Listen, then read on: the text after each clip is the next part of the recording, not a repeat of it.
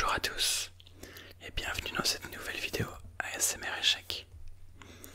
Aujourd'hui je vais vous présenter l'ouverture la plus ennuyeuse, la plus monotone des échecs, du moins dans mon opinion.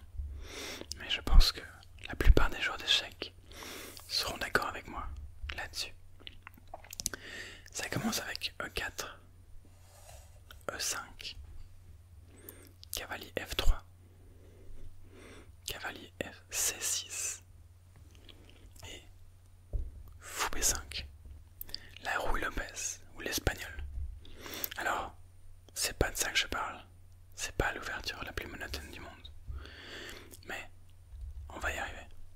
Je joue d'ailleurs la Ruy Lopez, moi avec les blancs, ce qui est une ouverture très intéressante qui peut mener à des parties très combatives. On a cavalier F6, la berlinoise.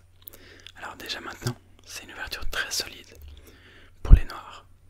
Et c'est une ouverture que l'on voit beaucoup jouée par les grands maîtres ou tout type de maîtres. Et qui mène souvent à des matchs nuls, des parties nulles. Moi, souvent avec les blancs, en réponse, je viens jouer cavalier C3.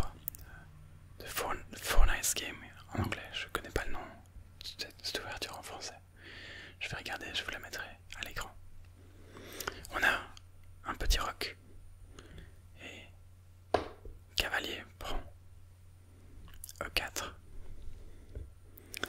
D4.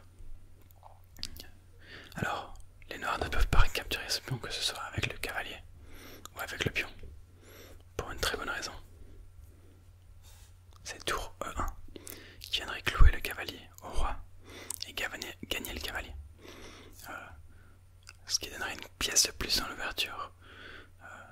Et ce qui serait impensable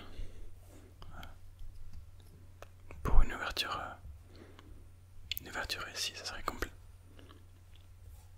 Donc, les noirs ne peuvent pas capturer ce pion, c'est la même si on prend avec le pion. On viendrait perdre sur tour E1. Donc à la place, ce qu'on voit le plus souvent, c'est cavalier D6. Cavalier revient en arrière et menace le fou en B5. Et alors ici, il y a deux coups principaux que l'on voit jouer. Un des deux mène à l'ouverture la plus monotone du monde. Et le deuxième, c'est fou prend C6, qui mène à la finale de la berlinoise, aussi appelée le mur de Berlin. Parce qu'après, pion prend C6, pion prend cavalier F5, pardon, on a dame prend dame, roi prend dame, et on se retrouve dans la finale de la berlinoise, une position où les noirs ont deux pions doublés sur la colonne C.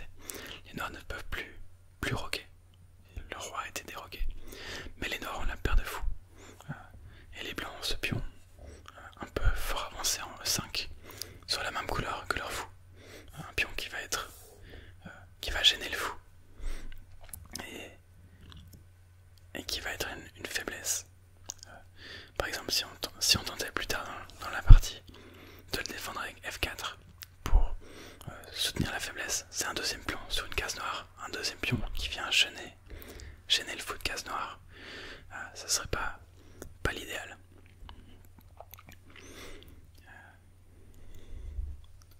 Donc ça, ce serait la finale de la berlinoise, mais c'est pas la position que je vais vous montrer. La position que je vais vous montrer est un petit peu différente. Laissez-moi remettre les pièces à leur place. Voilà, je me trompe pas, ouais, c'est ça. Dans cette position... Non, attendez, il y a encore le pion en E5. Dans cette position, les blancs recapturent et entrent dans ce qui s'appelle en anglais The Berlin Draw, ou ce qui se traduirait par la nulle de la berlinoise, ou la nulle de Berlin. Alors, le cavalier attaque le fou qui n'est pas défendu, mais après, cavalier prend B5, on a A4, S'il vient à 3, il se ferait prendre par la tour qui viendrait se développer via la case à droite. Et on pourrait vite avoir la tour qui viendrait par exemple se doubler sur la colonne E avec tour 1. Si on venait se placer en C3, on aiderait l'autre cavalier à se développer. Alors on n'a pas envie d'aider les blancs. On peut venir en D4, c'est d'ailleurs le seul coup possible. Parce qu'après cavalier D6, on vient même pas recapturer le pion, on viendrait jouer un fou G5. Sur les idées d'attaquer la dame. Si on vient défendre avec le fou, on viendrait prendre ce fou et puis prendre ce cavalier et doubler les pions. Par exemple, je vous montre une ligne. Fou prend, dame prend, pion prend. Et alors qu'on reprenne avec la dame. Si on reprend avec la dame viendrait reprendre. Si on prend avec le pion, C prend D6. On se retrouve avec deux pions isolés sur la colonne C. Deux pions doublés, isolés. Pas évident. C'est pas quelque chose de souhaitable pour les noirs.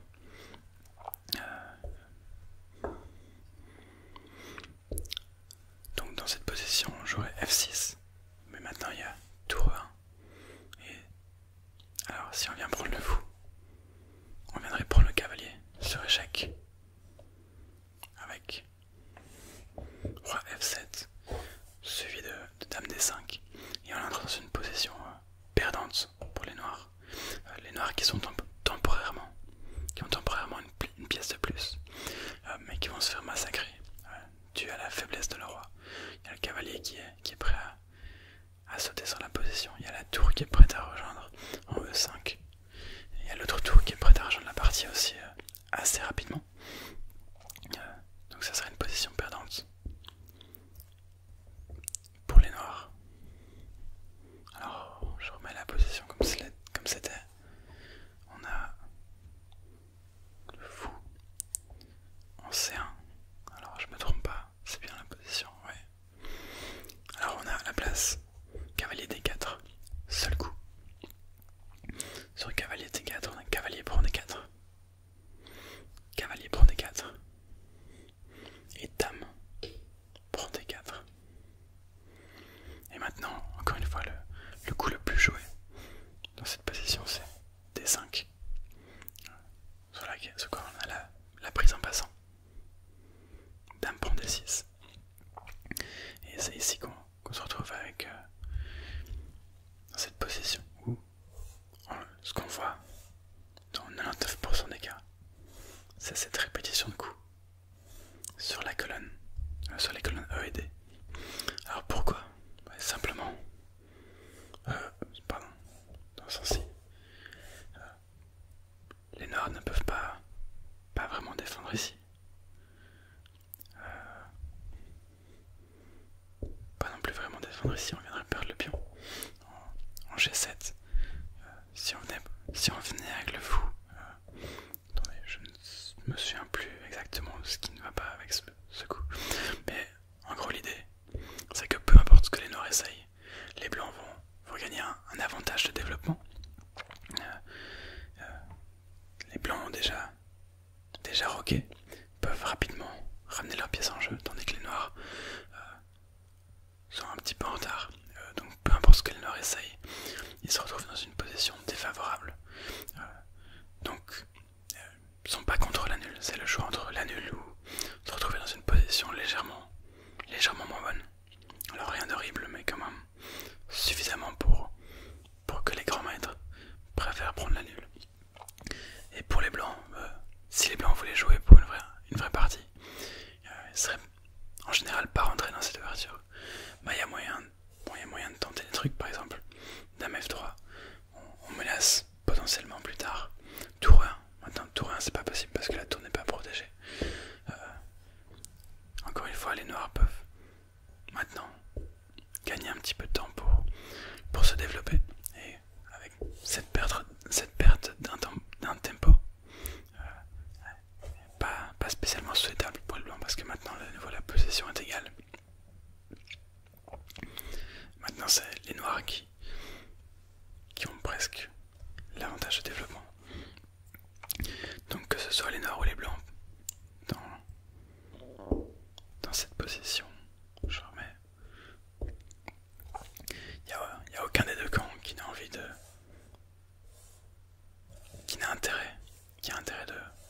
chose que de juste prendre la nulle. Et donc c'est une nulle en 10 ou 12 coups en fonction de ce que vous appelez la nulle. On arrive dans cette position pour la première fois au 10e coup, après la recapture avec la dame. Une nulle en 10 coups, c'est pas très intéressant. Tout le fait que je considère cette ouverture comme la plus monotone aux échecs, la moins combative. Je vous la remets une fois, depuis le début, histoire de revoir ce que ça donne. Voilà. On a E4, E5, cavalier F3, cavalier C6, fou B5, cavalier F6, la défense berlinoise, petit roc, cavalier prend E4, suivi de D4, cavalier D6, et ici, l'entrée dans l'ouverture la plus monotone, la nulle de Berlin, la nulle de la berlinoise, D prend E5, cavalier prend B5, A4, cavalier D4, dame prend le cavalier, pardon, je raconte n'importe quoi, je vais un petit peu trop vite, cavalier prend le cavalier, cavalier prend D4, et dame prend D4, on a D5, prise en passant, et dame prend D6, et on arrive dans cette position où, en toute vraisemblance, les deux joueurs vont prendre la nulle. On peut même tenter D3, ça change rien pour les blancs ou pour les noirs, ça revient au même. Et c'est une position que les grands maîtres utilisent beaucoup quand ils veulent simplement faire une nulle assez rapide, rentrer à la maison plus vite que prévu, ou pas prendre de risques. Si on voit parfois quand il y a deux grands maîtres à ex-aequo dans le lead d'un tournoi comme le Title Tuesday, ils rentrent parfois dans cette position pour pas juste accepter la nulle dès le début, juste pour jouer, mais ça ou prendre la nulle sans jouer un seul coup, ça revient même pour des grands maîtres. Tout le caractère monotone de la position. La première fois que vous le voyez, c'est très intéressant. Une fois que vous le voyez 10, 20, 30 fois, on aimerait bien voir les joueurs jouer plutôt que de rentrer dans cette position. Voilà, j'espère que vous avez apprécié un petit peu cette vidéo, que je vous ai peut-être appris quelque chose. Et si c'est le cas, n'hésitez pas à laisser un like et à vous abonner à ma chaîne YouTube. Et sur ce, je vous dis bonne fin de journée, bonne fin de soirée, bonne nuit, si vous regardez cette vidéo.